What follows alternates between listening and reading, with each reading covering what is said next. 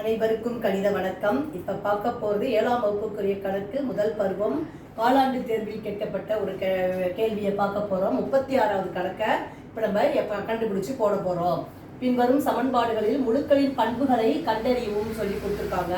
இப்ப பாத்தீங்கன்னா 18 × -5 = -5 × 18. இது என்ன பண்பு அப்படின்னு பாத்தீங்கன்னா பரிமாற்று பண்பு. 18ங்கிற இடத்துல -5, -5ங்கிற இடத்துல 18 மாத்தி எழுதியிருக்காங்க. அப்ப இந்த பண்புக்கு பெயர் பரிமாற்று பண்பு. முதல் கேள்விக்குரிய விடை பரிமாற்று பண்பு. மாத்தி எழுதியிருக்காங்க அதே நம்பரை. இப்ப பாத்தீங்கன்னா அடுத்த கணக்கு பாருங்க. -7 பிளஸ் பிராக்கெட்டை ஓபன் பண்ணி -3 பிளஸ் -5 ஈக்குவல் டு இந்த -7யும் -3யும் பிராக்கெட்டுக்குள்ள போட்டுட்டு அப்புறம் பிளஸ் -5 வெளியில போட்டிருக்காங்க. இதை பார்த்த உடனே இது என்ன பண்பு அப்படின்னு பார்த்தீங்கன்னா சேர்ப்பு பண்பு.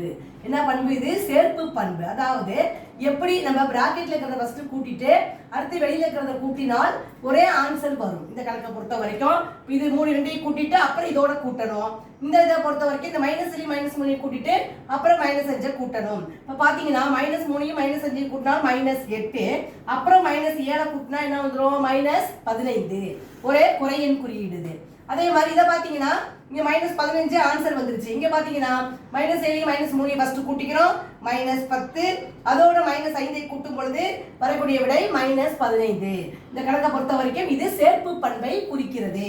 அடுத்த கணக்கு பாருங்க. 0 + 123 = 123. இந்த 0வோட எந்த நம்பரை போட்டு கூட்டினாலும் அதே நம்பர் கிடைக்கும்ங்கிறது நமக்கு தெரியும்.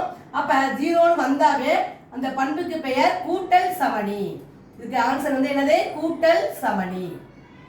இந்த மாதிரி பார்த்து கணக்கை பார்த்தோன்னே நம்ம பண்பு என்னங்கிறத ஈஸியாக புரிஞ்சு நம்ம எழுதலாம். புரிஞ்சுங்களா?